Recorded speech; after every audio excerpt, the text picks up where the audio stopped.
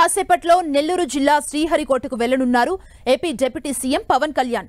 Satish Dhawan space centre ని పవన్ సందర్శించనున్నారు. షార్లో నేషనల్ స్పేస్ డే ఉత్సవాలు జరుగుతున్నాయి. ఈ ఉత్సవాల్లో పాల్గొననున్న పవన్ ఉదయం 10 గంటల నుంచి మధ్యాహ్నం 2 గంటల వరకు అక్కడే ఉండనున్నారు. వారం రోజులుగా దేశవ్యాప్తంగా ఇస్రో సెంటర్స్ లో స్పేస్ డే సెలబ్రేషన్స్ ఘనంగా జరుగుతున్నాయి. ఇవాళ చివరి రోజు కావడంతో ఈ వేడుకల్లో పాల్గొననున్నారు పవన్ కళ్యాణ్.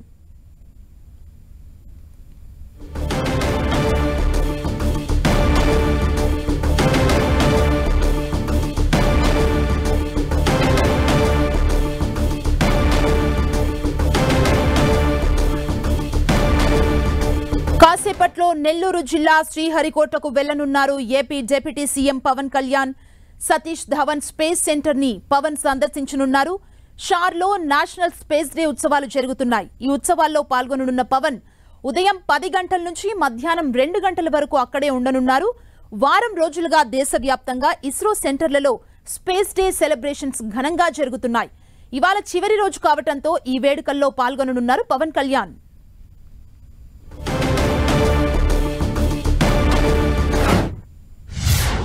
ఇదే అంశానికి సంబంధించి మరింత సమాచారాన్ని మా ప్రతినిధి దేవకుమార్ అందిస్తారు.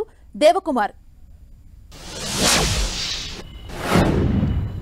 సుమా, మరికొద్దిసేపట్లో డిప్యూటీ సీఎం పవన్ కళ్యాణ్ తొలిసారిగా ఉమ్మడి నెల్లూరు జిల్లాలోని శ్రీహరికోటలో ఉన్న సతీష్ ధావన్ స్పేస్ సెంటర్ షార్కు చేరుకోనున్నారు. అయితే రేణిగుంట నుంచి ఆయన ప్రత్యేక హెలికాప్టర్లో ఆయన మరికొద్దిసేపట్లో ఆయన షార్కు రానున్నారు. వచ్చిన తర్వాత ఆయన నక్షత్ర గెస్ట్ హౌస్లో ఆయన బస చేయనున్నారు. ఆ తర్వాత కురూప్ ఆడిటోరియంలో జరుగుతున్న నేషనల్ స్పేస్ డే వేడుకల్లో ఆయన పాల్గొననున్నారు. ఆ తర్వాత అతను షార్లో ఉన్న రాకెట్ ప్రయోగ వేదిక దగ్గరకు వెళ్ళి అక్కడ ఆయన సందర్శించనున్నారు. ఆ తర్వాత ఆయన తిరిగి రేణిగుంటకి వెళ్ళి అక్కడ నుంచి ఆయన తిరిగి ప్రయాణం అయ్యే అవకాశాలు అయితే కనిపిస్తూ ఉన్నాయి. అయితే ఈ వేడుకల్లో ఆయన పాల్గొననున్నారు.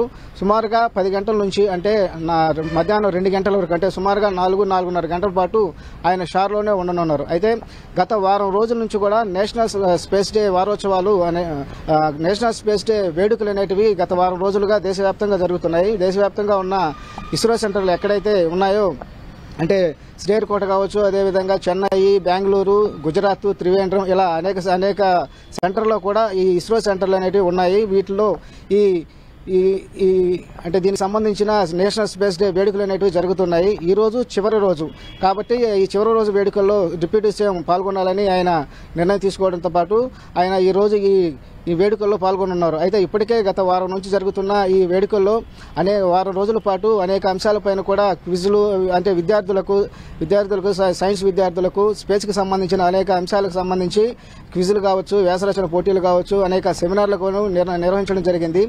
ఈ రోజు చివరి రోజు కాబట్టి ఈ వేడుకల్లో డిప్యూటీ సీఎం పాల్గొనున్నారు.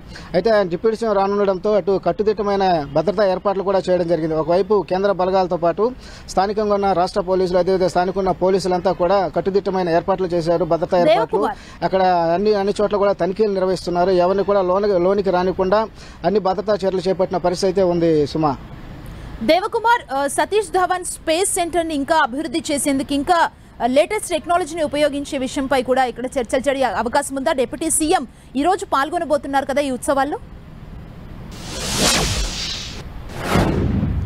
ఖచ్చితంగా అంటే ఆయన డిప్యూటీ సీఎం అయిన తర్వాత తొలిసారిగా ఇక్కడికి వస్తున్నాడు కాబట్టి ఇప్పటికే సతీష్ ధావన్ స్పేస్ సెంటర్ అనేది ప్రపంచంలోనే ఒక చరిత్రలో నిలిచిన పరిస్థితి. ఎందువల్లంటే అనేక విజయాలను సొంతం చేసుకుని చంద్రయాన్ కావచ్చు, అదేవిధంగా ఇతర రాకెట్ ప్రయోగాలు కావచ్చు, వాటన్నిటిని కూడా అంటే పిఎస్ఎల్వి కావచ్చు, జిఎస్ఎల్వి ఇలా అనేక రాకెట్ ప్రయోగాలను విజయవంతంగా నిర్వహిస్తూ ఉంది సతీష్ ధావన్ స్పేస్ సెంటర్.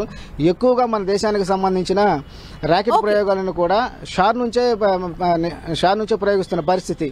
ఈ క్రమంలోనే మరింత అభివృద్ధి చెందే అవకాశాలు కూడా ఉన్నట్లు తెలుస్తూ ఉంది. దానికి సంబంధించి రాష్ట్ర అంటే ఇది కేంద్రానికి సంబంధించిన సంస్థ కాబట్టి కేంద్రంతో పాటు రాష్ట్రం కూడా దీన్ని మరింత అభివృద్ధి చేసేందుకు కృషి చేసే అవకాశాలు అయితే కనిపిస్తున్నాయి. సుమా.